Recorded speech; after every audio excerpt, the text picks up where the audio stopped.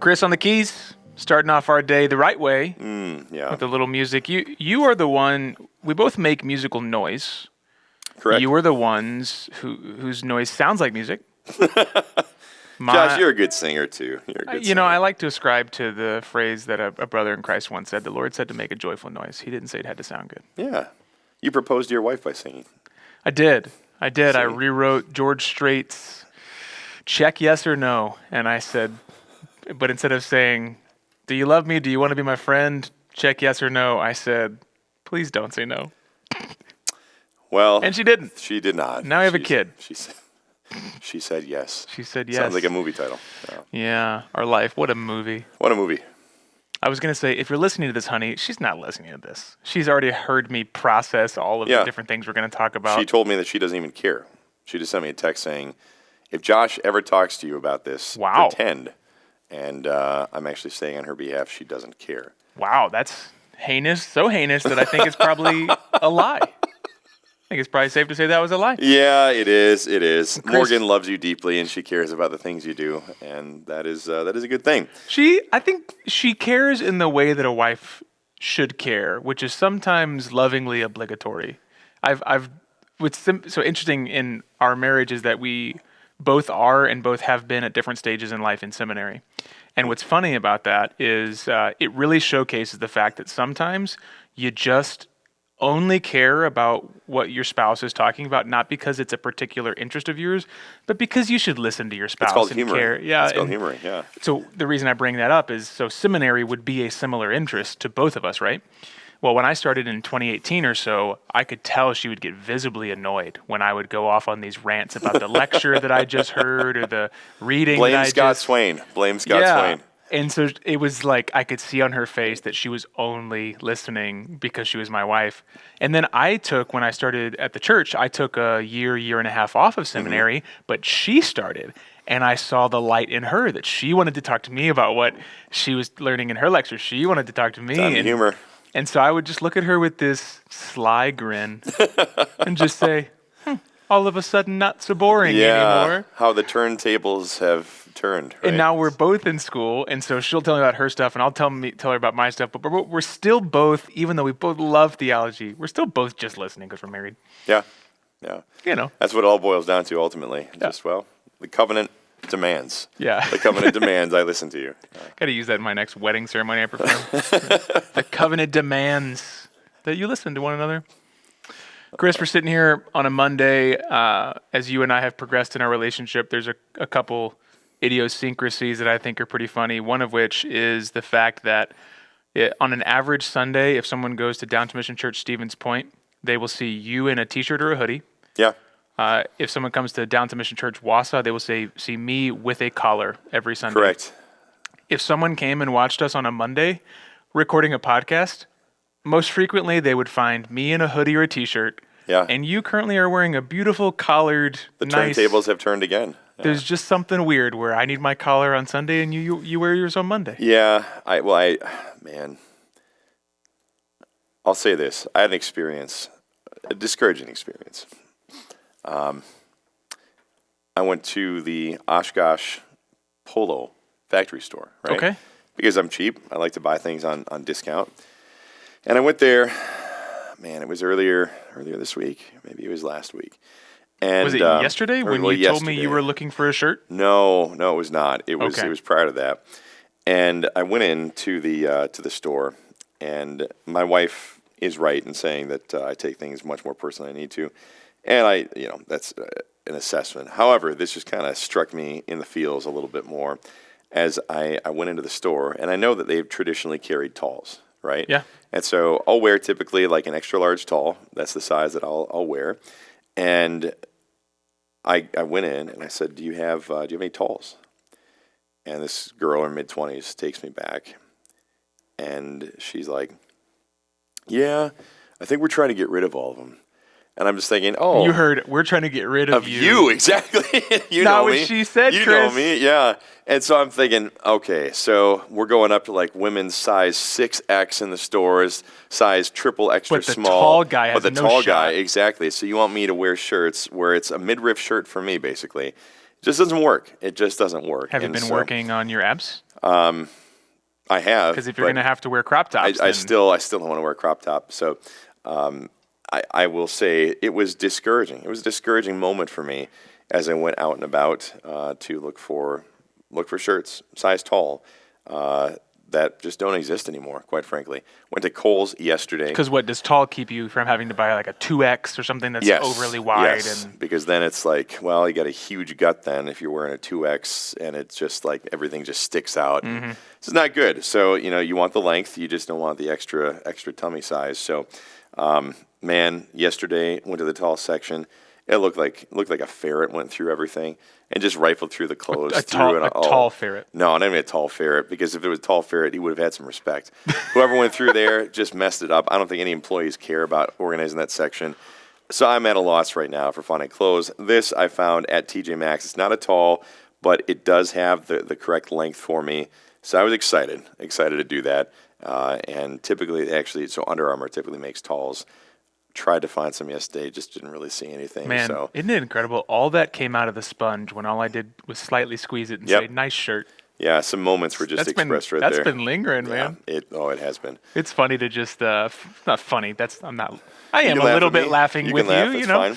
But sometimes just to let someone go to talk about what they're already thinking about. I was actually in a pastoral counseling class, and one of the things we learned is that you can kind of get people to answer questions in the way you want them to by directing the questions. Right. And so if you're actually trying to get to know someone, trying to understand how their brain works, trying to really see what's on their mind, well, if you just keep asking pointed questions, you might actually lead them to a place they're not going. Right. But if you just go, hey, nice shirt, and then there's a 5-minute rant Let me tell you about it. About the tall section, you go, oh, so this is a thing. Yeah, it's simmering. And I'll be looking later for shirts, perhaps J. Crew. I don't know where. Places that sell talls that don't require me to feel completely humiliated. So that's that. Let's get to what we're talking about today, Josh. We're talking it is the 7-minute mark. That feels like a good time people to can get to know us if they want to. Yeah. Again, our wives know us. Probably they don't listen to this. So it's, they have no desire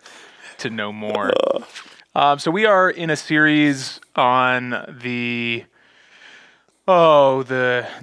really fun month that we are in. The way Carl Trueman puts it is you get excited for the joys of summer and weather and time off, and then smacked in the face with Pride Month. And that's kind of, we did an episode a few weeks ago that tried to give some broad strokes about kind of, I'm going to use pointed language like bombardment and onslaught. Right. Because all of a sudden, the last week of May hits, and you have Twitter avatars changed. You have Major League Baseball and various teams putting out statements. You have different commercials on ESPN. You have the President of the United States putting a giant banner bigger than the United States flag. Yeah, well, that's going to be a big point of conversation today, is that flag and what it represents.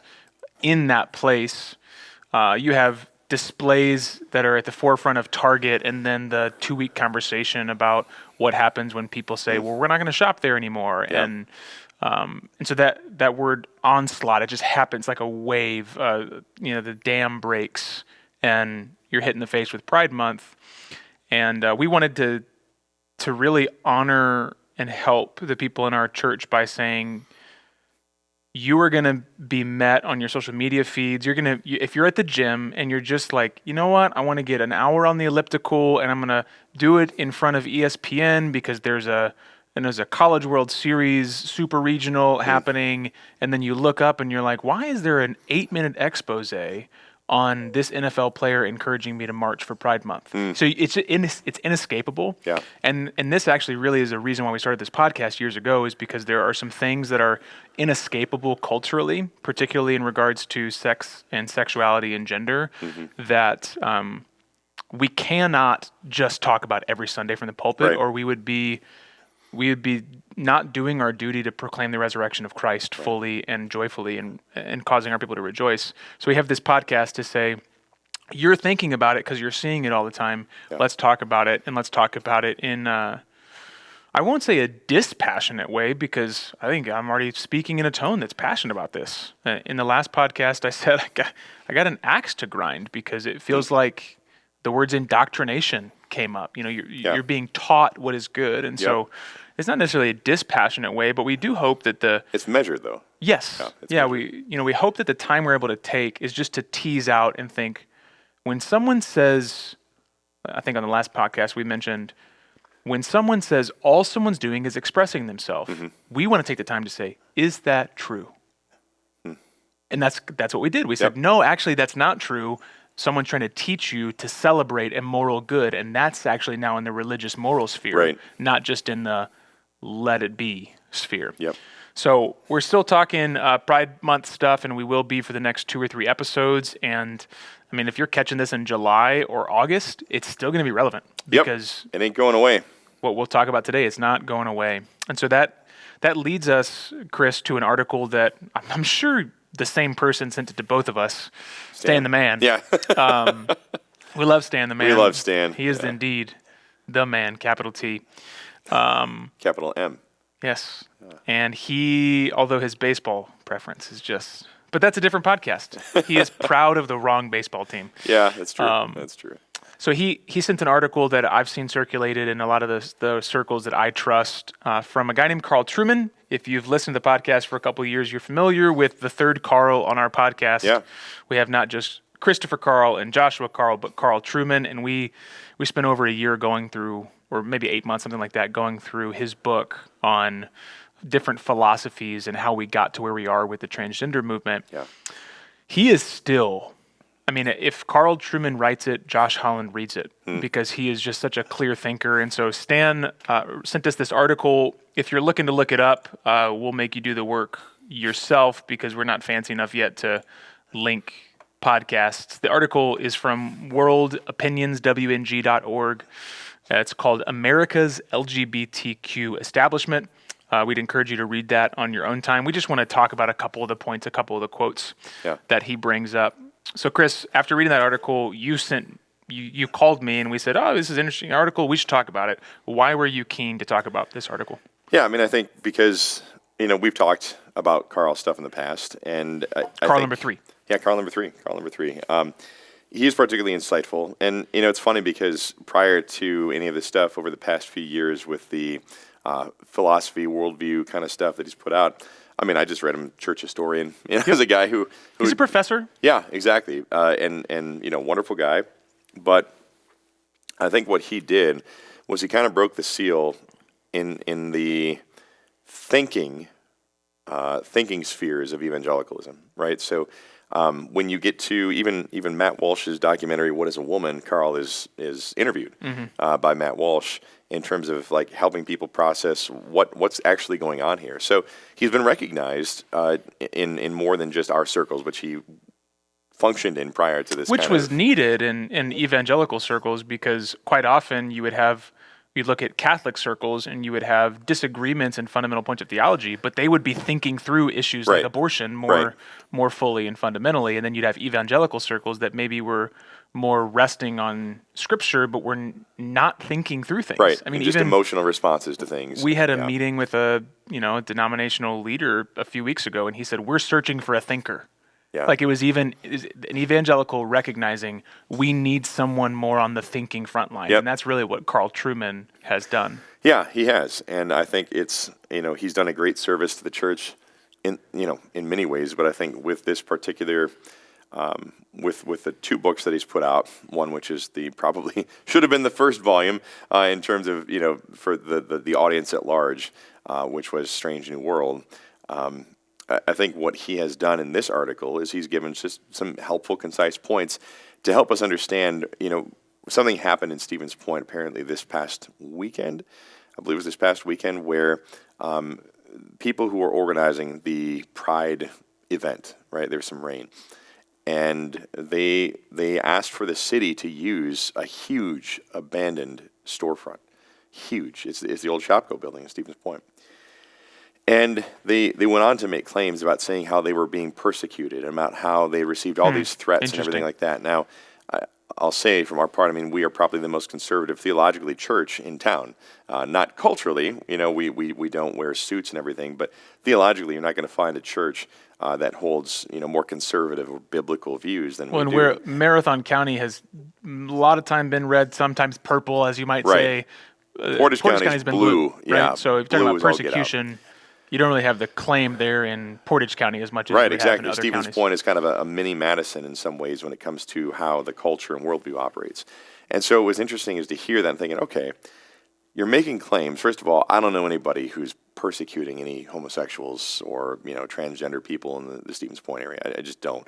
Now maybe you've got some good old boys who are making comments, but that's always happened, right? But I certainly don't know of anybody who is making threats. I have not heard of that. Now, if somebody makes that claim, I don't want to dismiss it out of hand, and it's not right to do that. People have freedom of speech, and that's okay, right? It's okay to express points of view and so forth. But what is interesting about that is that I just saw locally what Carl talks about in this article, which is making claims that somehow they are an oppressed minority. Now, they are clearly a minority in terms of their When you lifestyle. say they, to clarify, is this the entire representative by the rainbow flag, LGBT LGBTQ movement, plus? Exactly, Okay. exactly. And so, it may be a, quote, growing minority in as much as people in Gen Alpha and Gen Z a little bit more, but Gen Alpha specifically are growing up in a climate in which they're being encouraged to identify in these different ways. But what struck me is that you have these claims of being persecuted and so forth, and yet they were able to do what a Christian could not do. A Christian could not go to the city of Stevens Point and say, hey, we have a big event going on. I mean, we have a worship bar event coming up at one of the church family members. They got this beautiful facility that they've renovated, really for the purpose of having church events. If we said, hey, we had an issue with this barn, we need to have a big worship service, and we're expecting several hundred people at this worship service. Would you just open up this facility for us this weekend? There's no way. Yeah. There's no way that the mayor of Stevens Point would show up celebrating that in official garb, saying, you know what, we're just so proud to sponsor the Christian community in Stevens Point. It would never happen. And so what Carl talks about in this article is effectively these claims are unsubstantiated claims because there is effectively the idea that somehow they're not, they're being persecuted, they're being undermined, people are just fighting against them tooth and nail. And the reality is that because we are living in Pride Month and everything that we see, this bombardment and so forth, shows that they are the establishment. Yeah, so that what you just said is the thesis of the article. It's a group, the LGBTQ community represented by the rainbow flag, that says we are marginalized, we are oppressed, and Carl Trueman is saying if you've got a month celebrating you, that's not true. Right. And so, for instance, he says, to start the article, how do you take over an empire? This is a question that I used as a title for a lecture I gave each year in my ancient Christianity class. The answer to the question, how do you take over an empire, is simple to state, but somewhat more difficult to achieve in practice. The answer, you simply need to control time and space. So he's saying, if you control time and you control space, then you take over the empire. Yeah. And so his whole article, which once again we'd recommend you reading, is saying Pride Month shows us that the celebration of all of these different sexual preferences and activities is controlling time and space. Correct. And therefore is what he calls the establishment. You can't say, I control time and space, but also I'm oppressed. I'm a marginalized, oppressed group, yeah. So to start off, I'm just going to read a couple of the quotes because he does such a, if I could write two sentences like Carl Trueman writes two sentences, then I would maybe drool over myself, but that's not good. That's the bad kind I of do that pride. in my sleep, Yeah. but yeah. He says, if you are truly marginalized, you tend not to have months celebrating your existence, nor do you have flags and icons to proclaim your presence. Presence in, know your ownership of space, real and virtual. In fact, like the Jews in Nazi Germany or the kulaks in Stalin's Russia, you rather hope not to be spotted, not to have any public profile for fear of dire consequences. So before I talk, Trueman here, what is he doing in referencing Jews in Nazi Germany, kulaks in Stalin's Russia, and talking about marginalization? Yeah, I mean, if you were to interview a Jew in the 1930s in Germany, you wouldn't be looking for individuals who said, I'm so excited that I get to wear the Star of David. Yeah, they were forced to wear an icon. Yeah, they were forced to be identified. And so the identification was in order that the the Reich, as it grew and developed, would be able to identify those that needed to be eliminated, right? And so as you look at this and you look at the Pride movement, what's happened is that a group that's claiming a sort of marginalization, and it's really interesting the language that is used, because it is polemical language, and it is also language that's intentionally inflammatory. Polemical means? Meaning argumentative. Okay. And so it's language that's trying to pick a fight effectively. And so, I understand if somebody has a particular identity, and so this is a war of ideas, right? We're always in a war of ideas, and that's okay, right? In a free society, ideas should be able to compete. But when these things happen, when space and time are taken over, when Hitler took space and time over on behalf of the Reich, it was in order to identify those who needed to be eliminated. And yet what's happening here is within our society, within Western culture, we have had a group identify themselves publicly so they might be celebrated.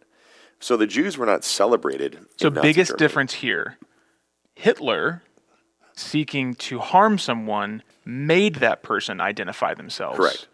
The Pride movement seeking to be celebrated is self-identifying. Correct. So there's lest someone scoff at the idea that someone's bringing up Nazi Germany, that's the clear distinction, is what Carl Trueman is saying is marginalized people in the past have been hunted and isolated and made to wear embarrassing symbols of who they are so they could be distinguished. Yeah, Anne Frank, when she's hiding in the home that she hid in, was not going out in public wearing the Star of David, celebrating her existence. She was terrified because if she were to identify publicly as a Jew, she would have been killed. Yeah, there's a reason that in many countries, Christians meet in secret. Correct. Because if they were to publicly fly a Christian flag, they would be murdered. Right. And that is what marginalization and oppression is. Yeah. And so you look at other cultures, just to sort of interrupt you, but you look at cultures like Saudi Arabia. Yeah, thank you. The Arabian icons that you find for social media. You'll see, the companies who in Western culture will change their colors to rainbow colors in the month of June. You go to the Middle Eastern representation of these companies, the same companies do not have anything to do with Pride Month. And that's because in those cultures, to identify that way would mean that they are truly threatened. Now, to be clear, to anybody who might be listening thinking, okay, well, these Christian guys obviously want to harm, not by any means. Not by any means we ever wish that somebody, even if they are as anti-Christian as possible in their worldview or in their actions, would want to be harmed apart from appropriate legal course if somebody were to commit a crime. But just because somebody is a homosexual, we don't wish them harm. In these other cultures, people are not only wished harm, but they are going to be harmed, right? And so in these places where this happens, they don't put these things because when they you're know saying harm, you're talking not psychological harm, physical, but their bodies will be killed. Yes, they'll be directly physically harmed. I'm not negating the fact that psychological trauma exists, but what happens in a lot of these conversations is someone says, if you don't affirm the LGBTQ community, then someone's going to kill themselves. And I know we're speaking in like harsh language here. So if you don't say that you celebrate, then someone's going to hurt themselves. And then we're not able to say, this is not about someone being, like we can't have a conversation about what true marginalization is because immediately someone has said, no, your words are violent. And we're trying to step back and say, no, here's an example in Saudi Arabia where this is literally violent. Yeah. Because look, in high school, I felt awful. I felt awful about myself. I hated a lot of who I was just as a person because people didn't like me for the first couple of years of high school. I was the loser, right? That's how. So do I need to start a movement for Chris marginalization while I was age 15 and 16? I don't need to do that because here's the reality, and it's a tough reality that in this culture we don't like to acknowledge, is that really awful things happen to people regardless of how they are, quote, identifying sexually. You can be as straight as an arrow, as I was at age 15, and still have a really crappy teenage life, right? So that is not to say that people should therefore just be okay with being treated poorly and psychologically harmed. Kids can be wicked in how they bully one another. Exactly. It can be awful. And so our hearts go out to anybody who would be in that position. And again, by no means would we advocate for a Christian person to speak to somebody who identifies as homosexual or whatever in a way that is cruel and harmful.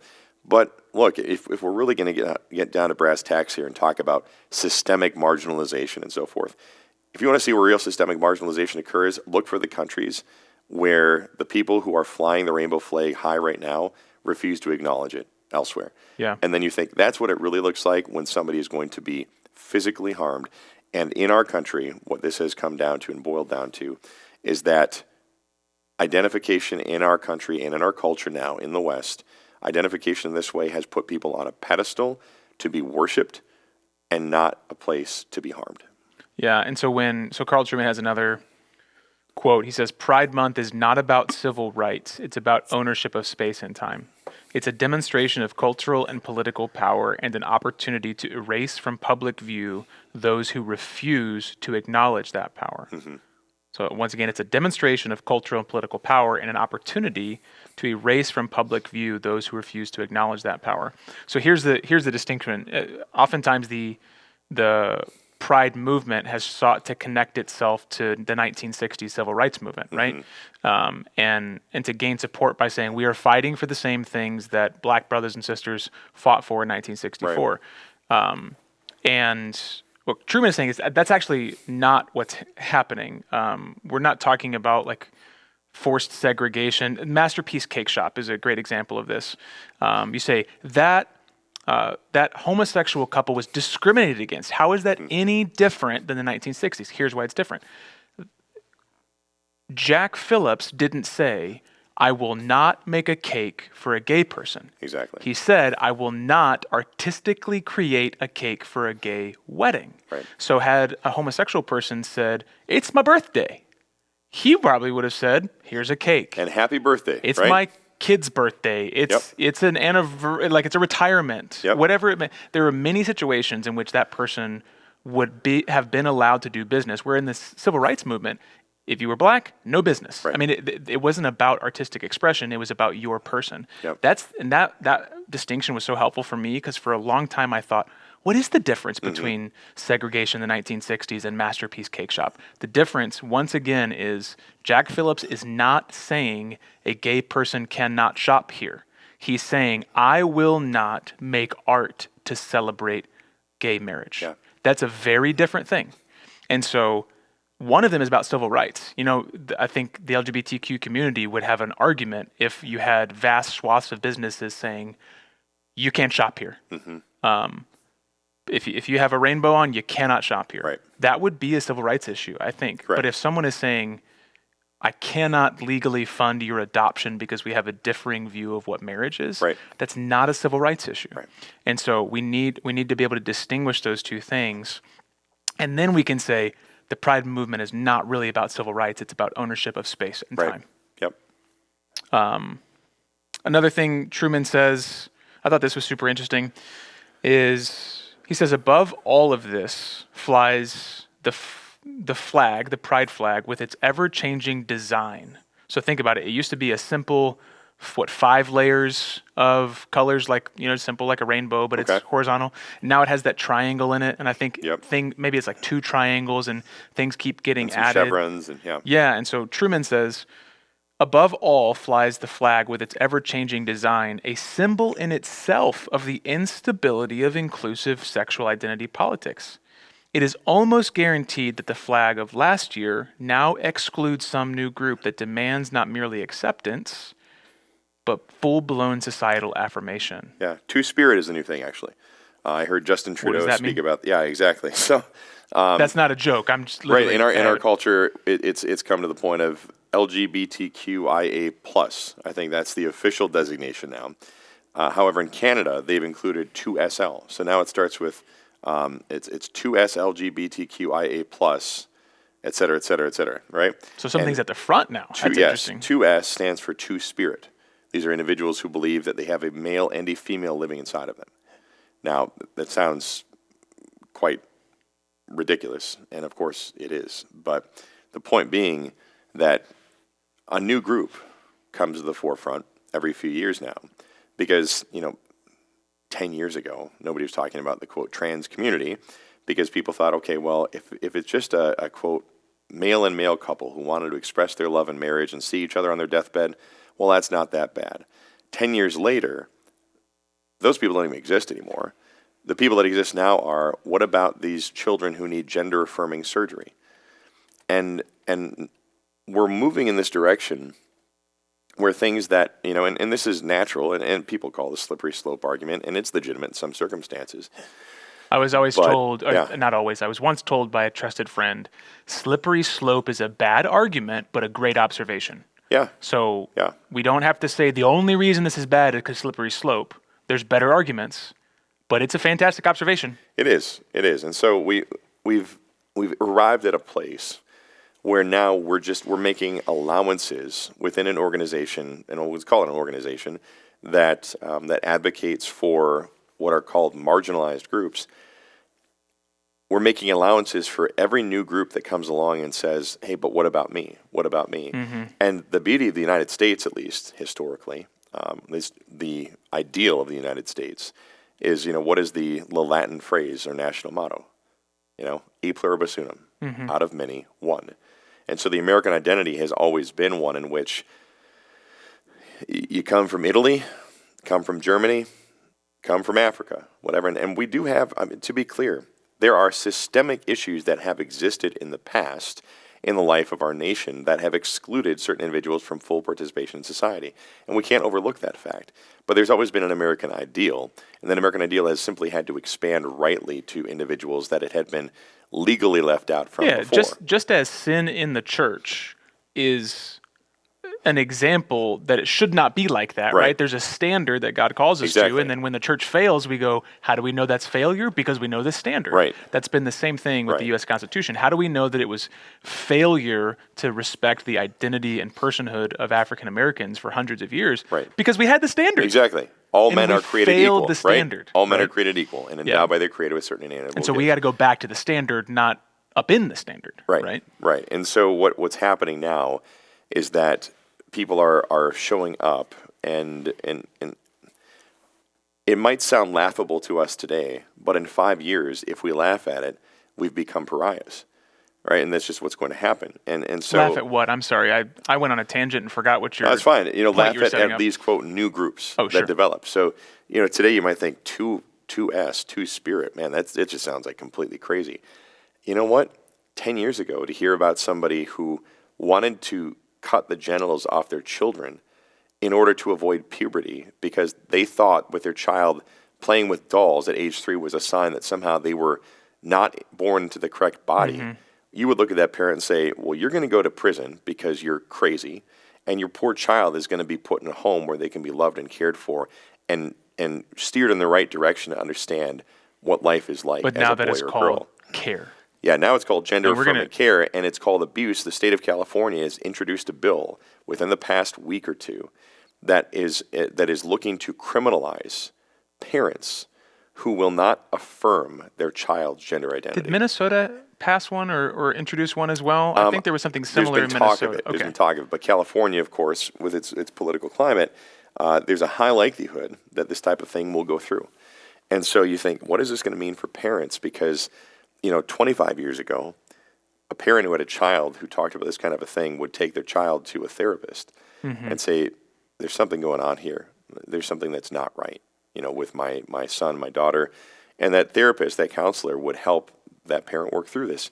But now that we keep adding these different layers to what does it really mean to be part of this, quote, community, what I think we're going to ultimately see is that, and this is an astute observation on the part of George Orwell in Animal Farm. It starts out, the animal revolt. Those books I had to read in high school actually mattered? They do matter. They do matter. And there are helpful observations. George Orwell was not a Christian man. Aldous Huxley was not a Christian man. Golding was not a Christian man. But these men wrote books that are helpful, whether it's Lord of the Flies, whether it's Animal Farm in 1984, Brave New World. These men wrote books that I think were helpful because they were still existing within a Christian context, right? And so there were Christian boundaries that existed to help people understand at least human dignity and value and these types of things. And even what we call liberalized political ideals in those days were generally charged by Christian virtue and Christian ethics. And so you look at somebody like Orwell who writes Animal Farm, and what I think underlies, whether it's Brave New World, Animal Farm, 1984, or Lord of the Flies, all of those books are really grounded with a view of human nature that is what we would say Christian, inasmuch as it observes that humanity, when left to itself, does terrible things. Terrible things. And it doesn't have to do with gender identity. It has to do with just being a human being. So just like crappy experiences in high school occur because people are mean and cruel and terrible to each other, regardless of who the other person is, you get to Animal Farm and you see what is Orwell's observation about those who, let's say there is a ruling class, a ruling group that really makes everybody's lives miserable, right? And just terrorizes everybody else. And so the pigs arise in Animal Farm to overthrow the farmer and to say, we don't want to be, we don't be treated like this anymore, or whatever. And then what happens is that as the book progresses, you see that these pigs then take on a life of their own where they become those who walk on two legs and they become the oppressors. And what's interesting, Orwell identified as a socialist in some ways, which wouldn't even classify as a socialist today, most likely. But point being, the observation here that I would draw from that moving forward is that there is a sense in which what is going to happen most likely is that these groups, they're coalescing in order to basically say, everything that we don't like, we are going to seek superiority over, and we are going to try to not only control time and space, but we are going to be those who become, sorry about that noise, they will become even worse, as it were, than anybody who may have, quote, oppressed them previously as they seek to silence their existence. That's fascinating you mentioned that. I was listening to a different podcast this morning. I hesitate to mention what podcast because there's some episodes with some pretty vile language as they were quoting kind of activists. So I'll maybe even reserve, maybe later on after I pray about it, I'll mention what the podcast is. But so the host was describing Arthur Miller's The Crucible. And Arthur Miller has a quote outside of The Crucible. The Crucible is fiction, but it's about the Salem witch trials. And he has a quote outside of The Crucible that basically says that you become the thing you were afraid of. Sure. And what you just said, the oppressed becomes the oppressor. You become the thing you were afraid of. And he said that's basically what was happening with the witch trials, is there was a fear of this spiritual oppression, but then the witch hunters became the spiritual oppressors and were murdering people out of fear, right? Right. And I think that is, that's a fascinating observation because of something else that has slipped my mind. I'll connect it to the Arthur Miller thing and say there is a transition between we have to eradicate that bad thing, but now we've become the eradicators. And that's where Carl Trueman is getting with this idea of ownership of space and time. If you own space and time, then you become the eradicator, not the eradicated. And we're going to talk about that in a second because Pride Month has moved not just from let's celebrate different types of people, but let's denigrate and desacralize everything that's holy. Yes. And that is about eradication. Yeah. It's about let's see everything that's holy and get rid of it, Right. and let's trample on it. And that can only happen when you have space and time. And I want to take just one more moment to pause. I was listening to that podcast earlier, and I was flabbergasted because there was a transgender activist that was asked if what they were doing was authoritarian. And the person said, it can't be authoritarian because to be an authoritarian, you have to be able to leverage authority. I don't see this, quote, trans big brother that you cannot question. And I laughed because I thought, what do you mean you don't see the authoritarian big brother that you cannot question? As you mentioned earlier, the White House now, in the most prominent place in between two American flags, has an enormous pride flag. And the President of the United States tweeted out, "We are declaring to everyone this country is about pride." How is that not a place of authority? I mean, it's the very definition of authority. Right. After Memorial Day, where little is made of those who actually sacrificed for the country, you have a giant display of this is what is most important between two American flags. And so this is why we have to take a step back and take a time to think, because you hear someone go, look, the LGBT movement cannot be about a place of authority because we don't have authority. And then you go, whoa, what are my eyes seeing? My eyes are seeing that in the place of authority, the White House is flying the flag. That am I believing what that person is saying or what my eyes are seeing? Yeah. That's a big question. And on stepping back to just say, it is very clear that the Pride movement has taken an authoritative position. And Carl Trueman's whole point is, if you got a month and you got authority and you got space and time, you can't say that you're the marginalized. Right. So that's 40 minutes on an article that'll take you 7 minutes to read. But there's so much there. Like I said, Carl Trueman can write in 2 sentences something that takes 40 minutes to talk about. In the next few moments, this is going to be another longer podcast because this is a long month and there's a lot to talk about. So the next 20 or so minutes, Chris, I want to step into that idea that the Pride movement in its control of space and time is now trying to desacralize things. Yep. So there are things that have long been sacred, and now the Pride movement has started to desacralize those things. And in that context, we have something that's been a national story. The LA Dodgers baseball team, they had invited, I think, a large group of performers and groups to come to their Pride night, which I think is scheduled for later this week, maybe Friday on the 16th. They scheduled a large group of people. One of these groups was called the Sisters of Perpetual Indulgence. They are a group that makes a farce of the Catholic religion, drag queens that dress like nuns. There was backlash against that, and so then they uninvited the Sisters of Perpetual Indulgence. Okay? Still having the Pride night, but they uninvite this group that maybe is more extreme than the other groups. And then they get reverse backlash, all right? And now the LA Dodgers apologize, and they say, you know what, we have been educated, we have learned, and we have re-invited, but we've not only re-invited, there's now a place of honor for the Sisters of Perpetual Indulgence. And as this thing becomes national, people start looking up the group. People start seeing some of the performances, and there's many videos of this group celebrating the blasphemous denigration of the cross and Christ. And so now we have not just let people be themselves, which was kind of the pre-Obergefell, stay out of my bedroom, let me be myself. Now we need to take down any cultural symbol that would be opposed to us. And that's really what's happening when you start to defame the cross, is you're saying, hey, this country was started by a lot of Christian ideas. And in order for us to operate and control space and time, we need to operate all space and all time. And publicly and privately. One example of this that just came to mind as I was reading Trueman's article is 4 or 5 years ago, I went to Toronto. I really like Toronto. It was a great vacation destination, like somewhat cheap. Public transit's great. I had a great time. And as we're walking around the downtown area, we saw what someone told us was the oldest church in Toronto. So this just massive building. You think about old churches. I think it was an Episcopal church. These humongous... At least 20 years old, probably. Yeah. These humongous brownstones. You walk in and there's icons in there, right? There's statues. There's beautiful windows, high arches, all these different things. And I looked to my left, and there was a plastic Pride banner.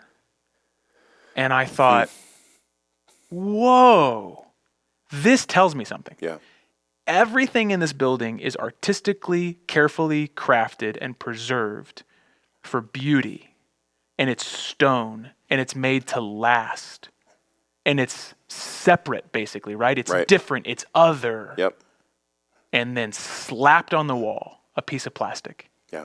Now, why would you slap on the wall of a beautiful, ornate, stone, built-to-last building something that's plastic, unless you have to?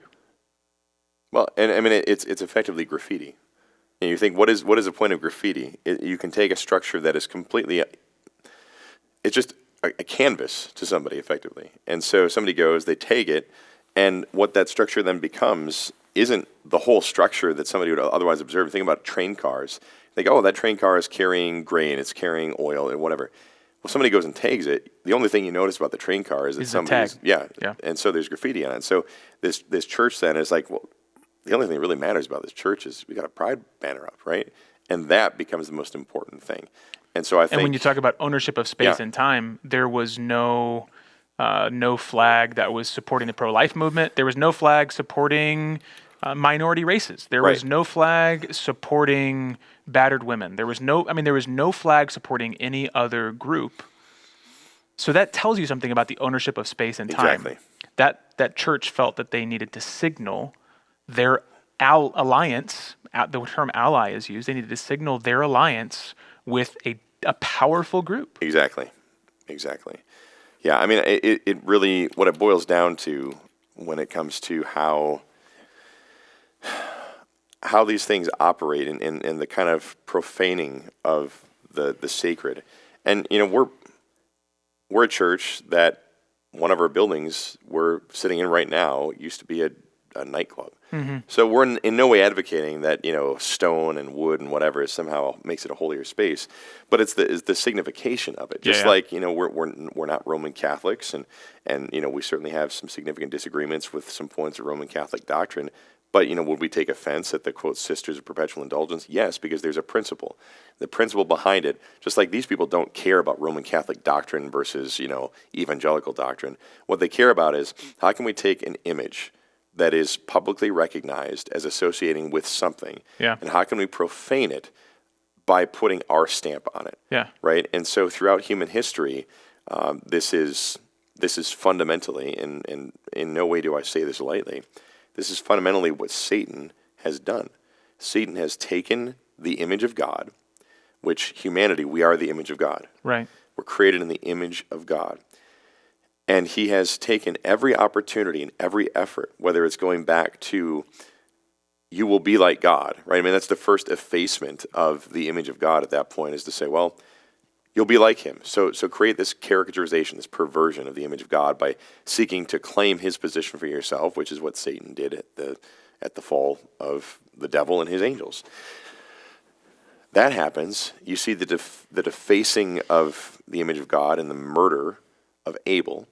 And so throughout human history, you just see what has become the mockery of God's image in when you think about God saying in the second commandment, you shall not make for yourself a graven image. It's because there's an image of God that exists in the person of a human being.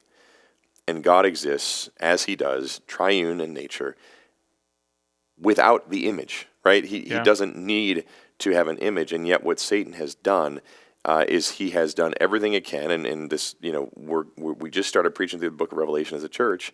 And you get to the imagery in the book of Revelation, and it's a very clear distinguishing mark of the book where you see Satan's efforts to take something that represents God, turn it on its head. You think in 13:14, like where the beast tries to look like the Christ? The wound that the beast incurs, we're talking 666, which is, you think 3 sevens is a number of perfection and wholeness. 666 is a mockery, a deliberate mockery of God. You think about the dragon instead of the lamb. I mean, all these different things that are seen, which as God reveals this to the Apostle John, he's saying, understand that throughout history, and understand that as history continues to progress and the end draws near, understand that Satan has been about this business of seeking to pervert and to destroy through perversion. And so as we think about what is the goal, the spiritual underpinnings of the Pride movement, I mean, Pride itself, the name Pride, is as anti-Christian as you can get. It is the most unbiblical it is an anti-virtue, right? So God says himself, pride goes before destruction. I mean, there is no clearer demonstration of the ungodly nature of the movement as just the name that it's taken for itself. And so, would you say, like, I'm proud to be a Christian? Like, well, man, got to qualify what that word means, because to a Christian, in Christian vocabulary, to use the word pride, God opposes the proud and gives grace to the humble. And so if there were to be a Christian month, Christian celebration should be Humility Month. It's a month where you defer attention from yourself in order to draw attention to Christ, the slaughtered and risen Lamb. Pride movement is to say, I'm going to draw attention to myself. I'm going to draw attention to the image that I am. And then you think the Sisters of Perpetual Indulgence. What's the big deal with drag queens? It's image. It's image. Yeah. We want to stamp an image that is indelible and that is worshipped. Yeah. Jeremiah 50:31 declares the Lord God of hosts, behold, I am against you, O proud one. Yeah. And you mentioned earlier, Lord of the Flies, Animal Farm, you said shows that humanity left to itself will do some pretty heinous things. That's the point of the Tower of Babel in Genesis 11. Right. Humanity gathering together to build a tower that can get humanity itself to heaven is a proud moment. Right. And God decimates them. Yep. And I think it has striking images of Romans 1, where I think maybe we should do a podcast on Romans 1. I think that would be really helpful. A more exegetical-based podcast. I don't know if anybody in our church has ever heard Romans 1 before. Yeah, they have. And but in Romans 1, you exchange the glory of God and worship the creature rather than the creator. And so Pride Month is fundamentally saying, let's worship ourselves. Let's worship one another. Let's desacralize the thing that people have worshipped, the image of Christ. Now, to be clear, we would tend to, as Protestants, we would disagree with the crucifix as an idea, that Christ is still on the cross and should be depicted as kind of bloodied and wounded and hanging. Like we are pretty clear that, hey, Christ came off that cross. He went into a tomb, he rose again, and in some pretty incredible fashion, if you have OCD, he folded his clothes before he left. Yeah.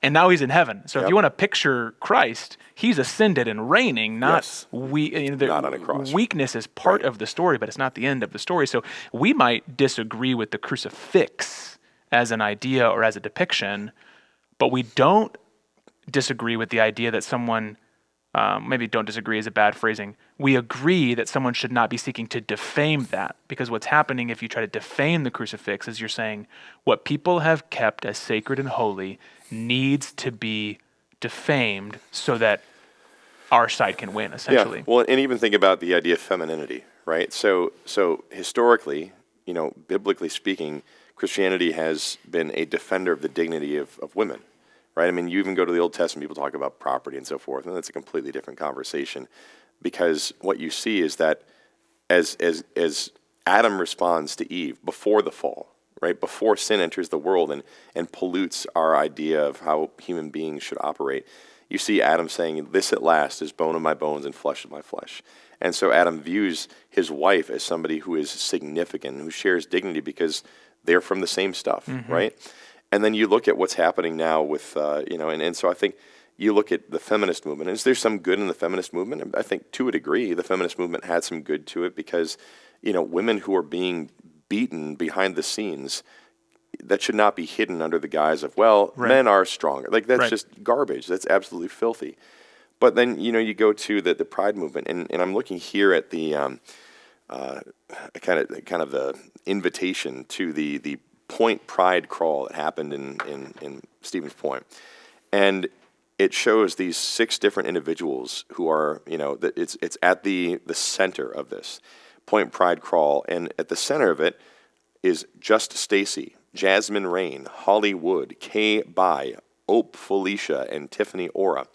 These are men who are pretending to be women for the purpose of entertaining others. And you think, what is this really? If you think about image and you think about desecration, what does this do to women? It says, we may not be able to do violence to women through domestic means at this point. May not be able to. I've never seen a drag queen and thought, man, that's exactly how I've always pictured my wife. Exactly. Those qualities, exactly what I think my wife exhibits and should pursue. Exactly. It is a deliberate mockery of femininity in a culture that just 15 years ago said femininity has nothing to do with dress. It has nothing to do with makeup. It has everything to do with just the dignity of being a woman, right? And now you think, okay, well, being a woman means you wear heavy makeup and you grow your hair long and you get surgery to get boobs. I mean, that's what is being spoken of now. It's like, is that what makes a woman a woman? And no, these are outward characteristics that are being used to pervert and mock femininity. And so really the whole movement. That speaks earlier to what you said about something that you might think is laughable or confusing now, then down the line is either normal or it's out of sight, out of mind. So you've got the feminist movement, and then it becomes gay rights movement, and then the LGBTQ movement. And now if you're either a feminist or a gay male, you're like, whoa, whoa, whoa, whoa, whoa. Yeah, what happened to them, right? Yeah, I mean, and I'm not saying that as just a dig. I follow a guy on Twitter who's a boomer gay white male, and he's been a very interesting voice because he's not a Christian. He is proudly homosexual. He and I would disagree on almost everything, but he is this consistent voice going, look how far away you've moved from gay rights. Yep. This started, you told me this was about gay rights, but that speaks to Carl Trueman's point about the ever-changing nature of what is now normal. It's going to be different next year. And that's what happens in Animal Farm. You know, if you remember what happens in that book, the animals are persuaded, this is for you, this is for you, this is for you. And yet as things go by, the animals that were being told, this is really for your benefit, as the ones who are really seeking authority take ownership, those animals are treated poorly, and those animals are ultimately, sent out to pasture, literally, and so that they no longer have any significance to them, because there is a core group that wants the power. And as we talked about with our whole, the Strange New World, and we talked about the idea of the will to power, that in a godless society, you look at Nietzsche's philosophy on human existence, and it's to say, really, all that matters in a godless world is the will to power. And so that if somebody can exert enough power and enough control, they are the ones who can take the position of prominence, because there is no such thing as an objective standard, there's no such thing as objective truth or human dignity. The only thing that matters is somebody's personal experience being exerted over other people so that they can be on top. Yeah, and so I want to keep that idea for just a second of external standard and power. And in the podcast there, you and I still we want to talk more about the symbol of the flag, and more about the desecration of symbols. So let's pause here, because an hour podcast and then another 45 minutes to an hour podcast would be better than 1 hour and a half long. Yes. So we need to eat lunch too. We do. Yeah. And but as we end, I like that you brought it back to Marx and Nietzsche, because Marx and Nietzsche both basically say external morality is harmful. External morality oppresses people. If Christians have a book that tells you what to do, that's going to be used as a club. Let's get rid of it. And then Nietzsche, like you said with power, says we need another club. And so not a club as in like a nice organization with similar interests, but a club as what can you wield against another person. Yep. And that's exactly what we said earlier with the oppressed becomes the oppressor. Yep. Because once you start to, I think Kevin DeYoung has said that subjectivity, as in everything is subjective, was used to get the Pride movement to a certain place when they were out of power. So you have to say, everything is subjective when you're out of power, so that the people in power have no power anymore. But then once you get power, you're able to say, no, this is what's objective. Exactly. And so that's how you control space and time. And that's where we'll end this first podcast, is all of this, in all of the different tangents, all the different roads we've gone down, is to say we cannot buy the argument that Pride Month is about a marginalized group. Yep. Because Pride Month is a symbol of the control of space and time. Yeah. So let's stop there. We very much thank you for the hour that you've spent with us. Above all things, as we prayed before we recorded this podcast, we just hope this has been helpful. And if it's been good too, then that makes it a goodful podcast. Yes. And this with Chris Tillman, Josh Holland, has been a goodful time to think.